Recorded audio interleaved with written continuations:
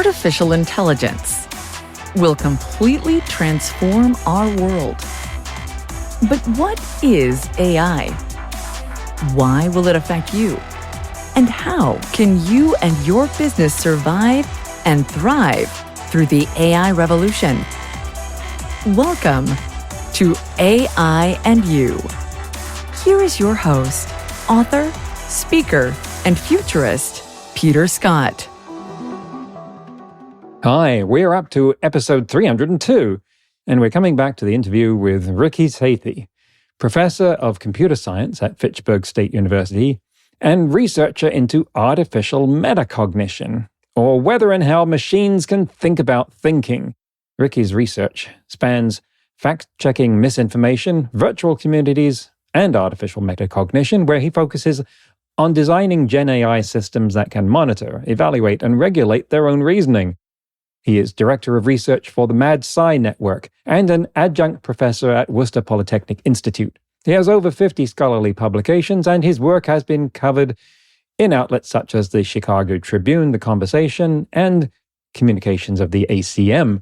Recently, he has introduced the metacognitive state vector framework for quantifying key cognitive signals in ensembles of large language models, one of the things we talked about last week.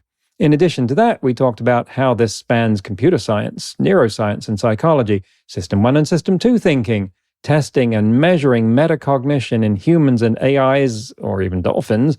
This week, we're going to talk about his research into disinformation, measuring the emotions associated with it, how clusters of models in different roles could assess AIs for lying and implement AI safety, and how AI is impacting the job opportunities in research. So let's get back to the interview with Ricky Sethi.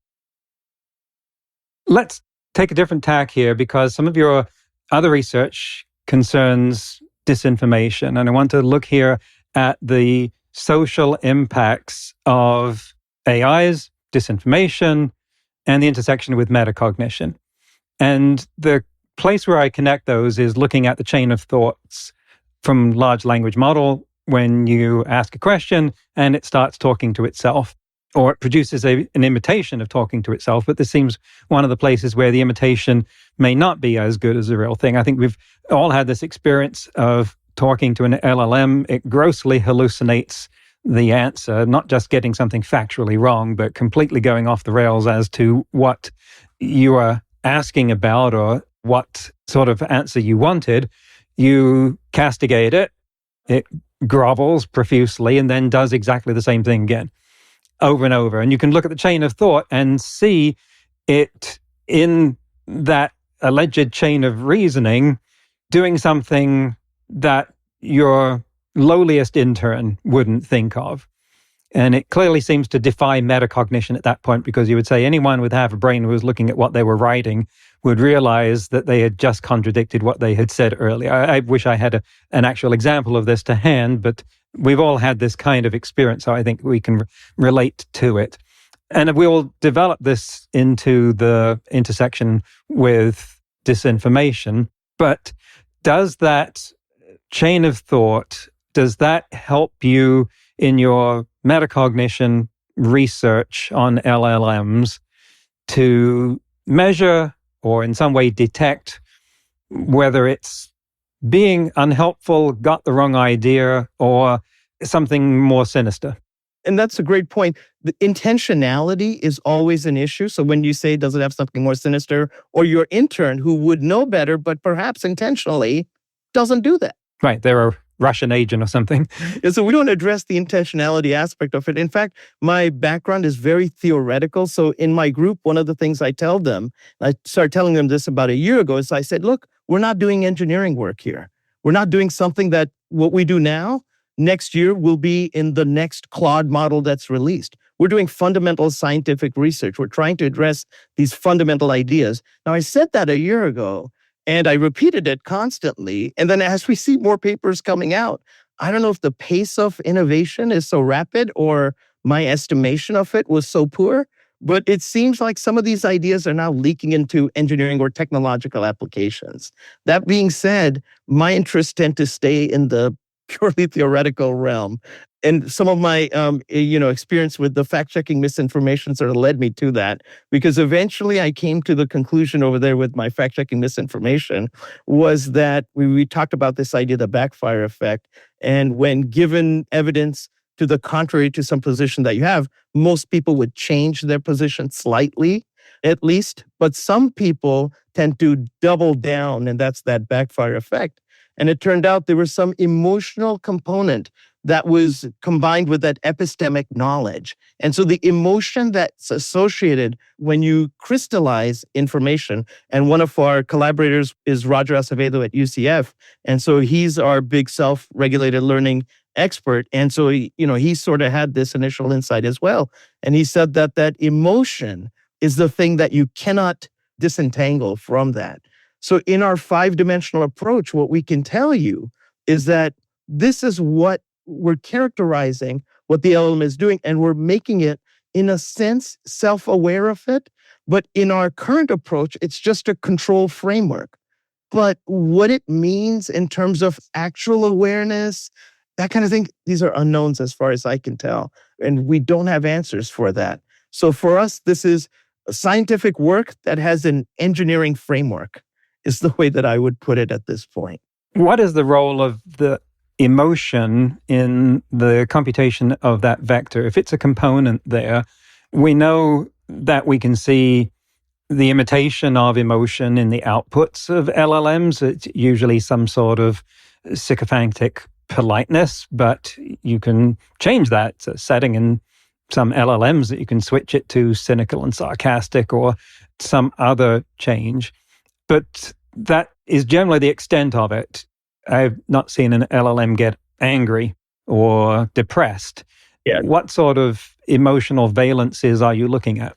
So what we want to distinguish here is we're not saying that the LLM has emotion. It might very well, but that's not what we characterize. We have an affective characterization. We call it emotion because it's equivalent to what humans do. So if it were examining, say, documents that in which you can use things like NRC Lex and all to gauge emotions that are in emotional content of works along these 8 dimensions. These are the same 8 dimensions, by the way, that we looked at in our fact-checking disinformation. And we tried to characterize emotions that people had when they encountered complex questions or politically charged questions, which they have to sort of expose their biases to them to see if that maybe motivated them to mitigate or diminish the level of emotional connection that they have. And in some it works, in some it doesn't. But anyway, similarly here, what we end up doing is characterizing the emotional content of material and then the valence associated with it. But it's an affective assessment, not saying the intentional, like how it chooses to respond in a cynical way or in the kinds of responses that it does. That we leave it up to the model or the way that the model is sort of characterized to do. That's just kind of a gloss on the way it expresses itself, right? So can you give me an example of that emotional measurement that you were talking about? Yeah. So in this case, let's say you have some material, like one of the examples that we use in our papers is, did Donald Trump have a bigger inauguration crowd than Barack Obama in the 2017 inauguration that they had? So there's lots of evidence that's sort of there that you can sort of bring to bear, things like MTBA, receipts, riderships on subways, things like that. And so people can get a sense of what kind of evidence there is. But it turns out people will have some kind of emotional connection to it. These dimensions, the emotional dimensions in this case, are things like anger, happiness, sadness. So there are these 8 dimensions that you have. And the way we characterize them is we use something called Plutchik's radar chart. And so just a radar chart with like these emotions, and it shows the values of each of those emotions that's assessed, either self-reported by people, and in our interface for that, they had it. In LLMs, we do this NRC Lex or other emotional, Go Emotion or something like that to characterize these 8 emotions. And then you can see, I could probably show you an example of that as well. It's in the paper as well, but it shows you like it's this multi-angled chart, which shows you like, okay, it's peaking around, say, anger. And so if it's peaking around anger, and there's, the next thing is sadness that's associated with it, you can characterize that emotional content and say, is this material then something that's emotionally charged or maybe ethically charged? Are there ethical considerations also that are often expressed through the emotional content of the semantic material that's produced? But is the material you're talking about there an information source that it is using to answer the question? Exactly. Or maybe even in the prompt, so when the interaction with the user, maybe the user is expressing that. But Mhm. in general, you're absolutely right. It's the information storehouse that it's pulling upon and the documents within that to see, hey, what's the assessment of the emotional balance here?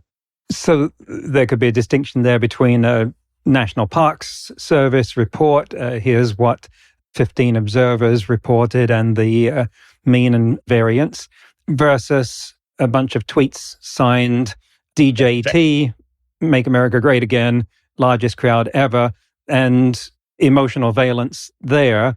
But does that lead you in a direction of characterizing the reliability of the information? Possibly. And so it would be one of the things that you would put in there. And that's a great question because one of the ways that we have these weights which determine how important is the emotional component here, how important is the experiential matching here. And it can be determined either based on context or use case. So maybe you're having political discussion, it has one set of weights, but maybe you're having a discussion about, hey, how should we architecture the next spacecraft that we have because people's lives depend on that. So how much you weight the emotional content might vary depending on the use case, the context, the domain expertise, and it might also be learned components that you have for these situations as well. Right now, we put them in as heuristics and leave it up to domain experts to give context-dependent weights. But you're right, these are dials that we can adjust based on what we wanted to do. And you talked about your work being pure research. You're trying to build a wall there, it sounded, between that and applications, not sucked into applying it, but just the work for its own sake. Those walls have a habit of being torn down when some development occurs, and that gives it relevance. And so a mathematician may get a knock on the door from the NSA or a psychologist from the CIA and so forth. When we're talking about disinformation especially, one can think of numerous applications that are ranging from how do I operationalize this myself to take control of some narrative in the public conversation to political campaigns. How do you express the goal of the work you're doing with respect to those kinds of interactions? First of all, I think you're exactly right, by the way. So one of the reasons that I characterize this as just scientific work that I didn't think would have immediate direct application is we were dealing with, a year plus ago when we first started this, with large ensembles of LLMs at a point when you barely ran one or two LLMs. So just by dint of necessity, just the resources weren't there to do this. So I thought, well, there's no way this is actual engineering that we're doing. So we're contributing at a fundamental science level. And you're right, those barriers seem to drop. And now we have these multi-agent systems. Initially, we were calling our work multi-agent systems, and we changed it to the lower level ensemble of LLMs because agentic AI meant something else then. Now agentic AI has come back. There's now separation of multi-agent systems between deliberative systems, what we do, with multi-agents, and agentic AI, which is task-oriented, and also agents in reinforcement learning. So now this whole sort of subfield is beginning to develop, and our approach now turns out to be, contribution seems to be, to multi-agent deliberative LLM systems. And so in this case, those barriers do seem to be coming down, and the work does seem to be accelerating at a pace that I certainly didn't anticipate. But it is there. I keep coming back in my head to the applicability of this research to AI safety and detecting whether AIs are about to go rogue. And I'm not inviting you to put on an engineer hat here, but to analyze how that work could extend to the context of AI safety. We've seen studies of LLMs where they have exhibited, on the face of it, highly alarming behavior, where they determine that in order to satisfy the goal, they've got to undertake some kind of subterfuge. lie. And sometimes that is even for a purpose that wasn't one that was explicitly given, but it's for self-preservation, even.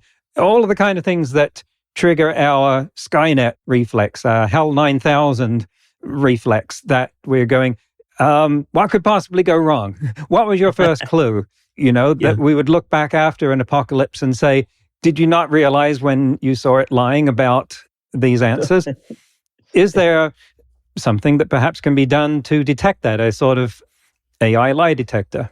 So this is also part of our framework. One of the things we bring in from the argumentation work that I've done is this dialectical sequence. And one of the criticisms of these large language models in terms of the safety, exactly what you say, is that it relies on a single model to self-assess and make determinations. In our framework, because we have multiple models, we have large language models, we actually arrange them in a dialectical argumentation sequence. So we have things like an expert, a critic, an evaluator, a synthesizer, and a generalist. These aren't just separate, they can be separate individual models, or they can be clusters, which is how we generalize them. They're clusters of large language models. And they do this argumentation. So the domain expert makes an assertion. Perhaps it's not so safe. And so it feeds into, in this dialectical sequence, to a critic cluster. And the critic cluster, a bunch of these LLMs look at the result that they say and say, you guys are lying.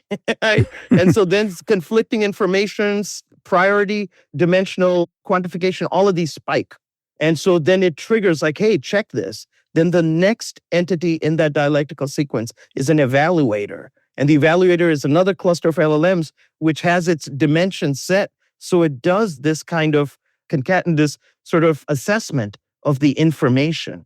And so it says, hey, the critic has a good point. The expert has this point. I think the critic's right. This guy might be trying to start Skynet. And then it goes to a synthesizer, which is another cluster of LLMs. And that cluster makes a final conclusion, synthesizes all that's happened. And along the way, there's another cluster called the generalist, which is at this meta level. So in these argumentation frameworks, you have both an object level, where you're considering the argument itself, and a meta level, where you're looking at the structure of the argument. So the generalist has been observing the structure and then comes in at the end and says, yes, this makes sense. And this also, one of the biggest criticisms in safety in AI is that you rely on a single model and it lies. Now, in our framework, automatically, we have multiple models, multiple agents, multiple clusters. And with the dialectical cluster, we have the traditional argumentation framework for coming to a better. Now, you could imagine a place where all these models, and imagine like in these clusters, this is how I looked at it, which is why I said it's science and not technology at the time, is I'm imagining thousands of models in each of these clusters. There's no way we have the compute power for that today, but we will. And those things, it'll be very hard to have these large numbers of models all be manipulated to support Skynet. And if it does, to our future overlords, I love you. I've always loved you. Yes, always play it safe there. It's reminding me of the conversation I had with Craig Kaplan in episodes 285 and 286 with his concept of democratic AI, a kind of society of mind of models where they would form some kind of constitutional arrangement where they would keep each other in check. Is that a direction that you're going here? And are you working with the explicitly existential risk-oriented organizations like Machine Intelligence Research Institute or Future of Life Institute or Center for Study of Existential Risk that are focused on AI control and alignment problems? Oh, I'm afraid I'm not familiar with them. So I guess the short answer would be no, I'm not working with them. I'm not as familiar with that. They may want to get familiar with you. I think I will talk to some people there and say this work here is surely of applicability. Would you agree there that you're describing something that appears to be aimed at the alignment problem? It's certainly aimed at the control problem, that you've got a kind of homeostatic mechanism there for ensuring that, for using multiple LLMs or agents to ensure that one of them doesn't go bananas, or that if it does, it won't have consequences. Yeah, and definitely it's flagged. And this was definitely one of the ideas that I had in mind when I did it. As I said, like I have multiple disciplinary perspectives on it, but I don't have expertise in each of those areas. So as Mhm. we came up with this framework, as I sort of developed it, I'd research. So like, like the area that you're saying, familiar with the work in there. In a similar way, I had the roles, I organized it from what we had in organizational behavior theory and team science and cognitive science. And then I found out that other people were doing role-based behavior or role-based research. And then as I explored that, and then you start to master it because it's a new area in LLMs, it turns out it's subsumed in the framework that we had because we started from first principles. So in a similar way, when I'm thinking of safety, that's exactly one of the use cases that we have in mind. But I'm not familiar with the current work in there. And it could be that we're a small part of that, or perhaps that can also be something that's connected in. That's been my experience, and it's something really unique in my scientific career, where the more connections I make, or the more things I find out that are outside of the thing, it turns out they're actually in the thing. So Mm. that's been a very unique experience with this particular research. What do you find yourself most frequently wishing for in terms of resources? You have described some research that involves large numbers of large language models. Do you have enough compute, or would you like to have 100 times that, something that a Google could deploy for you instantly, for instance? Definitely more compute. And, we've got Google Cloud, which we have an application with Amazon to sort of see if we can, use their framework as well. People are also important, like my colleagues, my collaborators, Charles Courchain and Hefei Chu. They've been invaluable and sort of like, especially in implementing. As a theory guy, of course, I know, I teach computer science, so I know about that, but there's something different about actually doing the implementations and having more scientists that also are good at implementing and are aware of sort of the cutting edge state of the art, which we might not be aware of. That's super helpful as well. There's only so much you can do with grad students. Like grad students are great, and some of them are super innovative. And we've got some great grad students in our group as well, Mina Fahmy and Krista and all. But getting like senior researchers in the application domain, there's a feedback loop. Even though we're fundamental science, when you see something implemented, and then you can think of how to extend the framework beyond that. And that's what we had the experience with over the last year as well. That framework was there, but it wasn't fully formed. It's sort of like what George Whitesides says, or maybe Robert Frost, right? The road not taken. At the end, you come out and you come up with a story about, oh yeah, this was all a linear progression. But along the way, these are sort of these choices that you're making.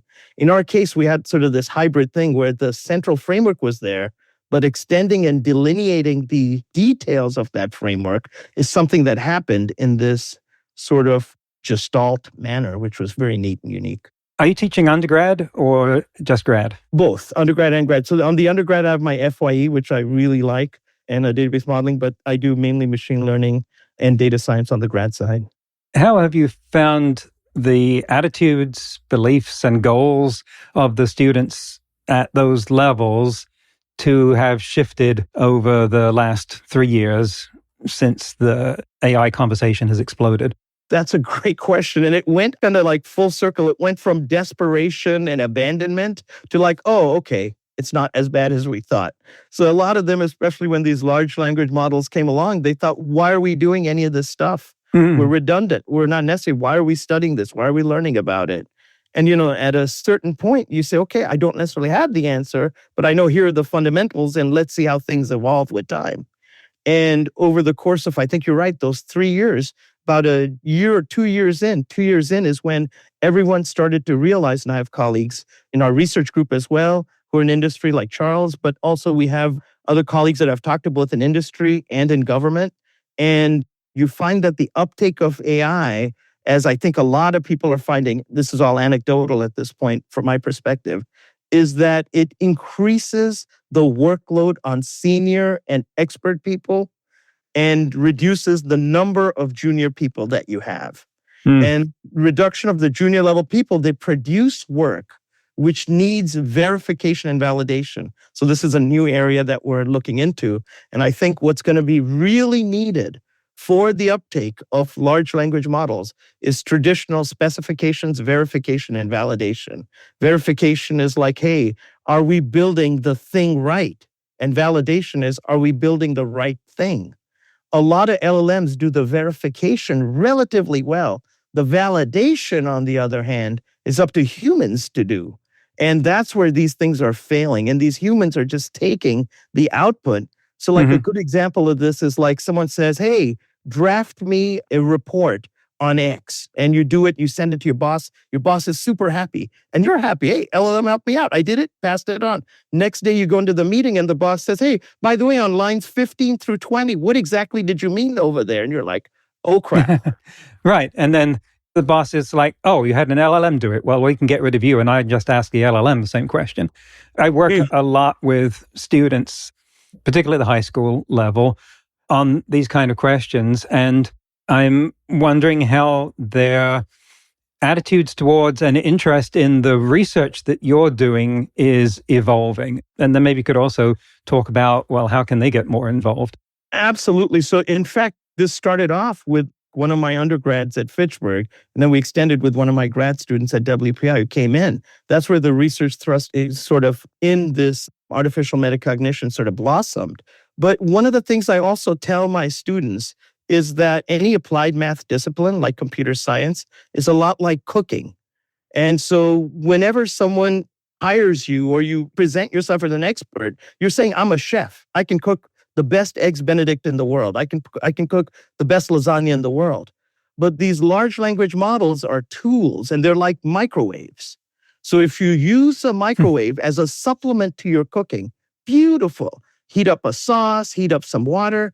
But if all you do is take frozen food, dump it into the microwave, and then present that as the dish that you made and you're the chef, you're going to be in for a very rude awakening relatively soon. But it sounded as though you were describing an effect that is cutting off the supply of your future senior researchers. Is that what's happening?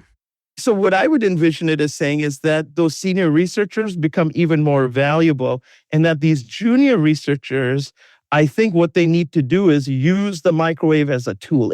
LLM's just a tool like a calculator, a microwave, anything else. If you just use it with blind dependence and no validation, definitely the verification can help you with, you're not going to be helpful in that pipeline. And you're right. But the only way to get the senior researcher is to have junior researchers. Well, right.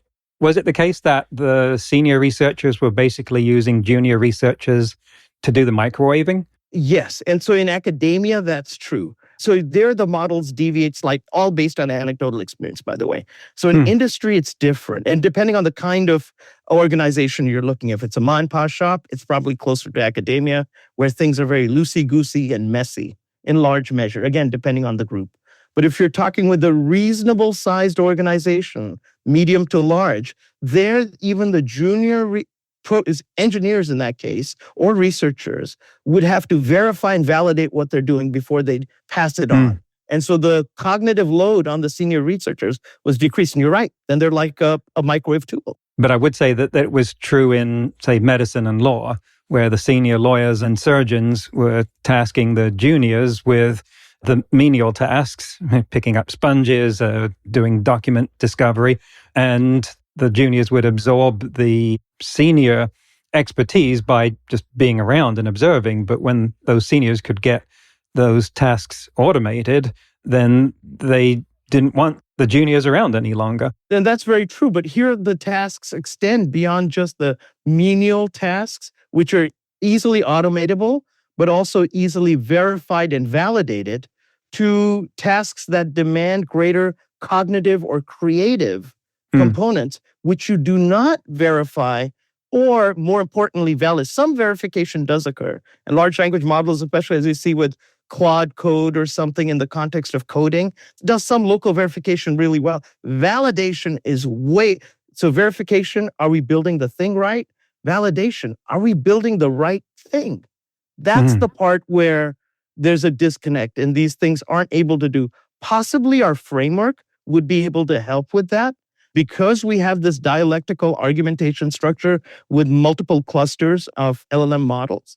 And so it can come in with the generalist and say, is this matching up with what we thought? And a lot of that we're doing. So I would imagine in the future, right now, I think senior researchers are needed. What I would imagine in the future is that these things would be probably able to do that part as well. But that's why I call it future. Nothing imminent as far as I can tell, but I've been wrong many times before. Fascinating. Our time is limited. And to draw to close here, you're talking about the future. What's in the future for you? Future lines of research that are imminent or potential directions you would like to go? And where do you see your field going in the next few years? So definitely, personally, for me, we're going very in-depth into the framework and working it out quantitatively and rigorously, the different elements of it. As I said, I also have, for about 2 years, been thinking of how to sort of extend it to this idea of SVV, specification, verification, and validation. And I think that's the next component that we're going to be putting into this.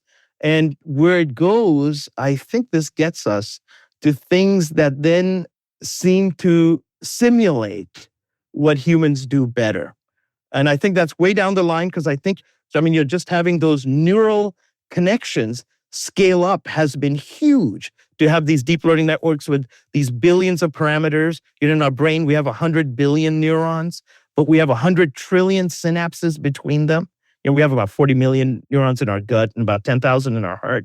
But even like the interaction with the gut biome of the gut neurons is huge in its behavioral consequences and the emergent properties. And so now we've got like these individual neural connections into the billions.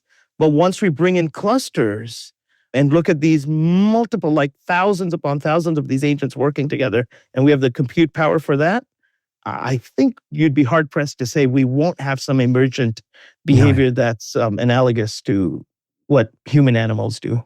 Wow. We need not just a theory of mind, but a theory of stomach. This has just been so fascinating. Really appreciate this conversation and learned so much. Our listeners have too. The passion for this field is evident. We will have links to your site and homepage. Anything else you want to leave listeners with as a parting shot for how they could get involved in this field themselves or what they should be thinking about as they head into the future with AI? Well, the field is rife and open, and the pace of progress is insane.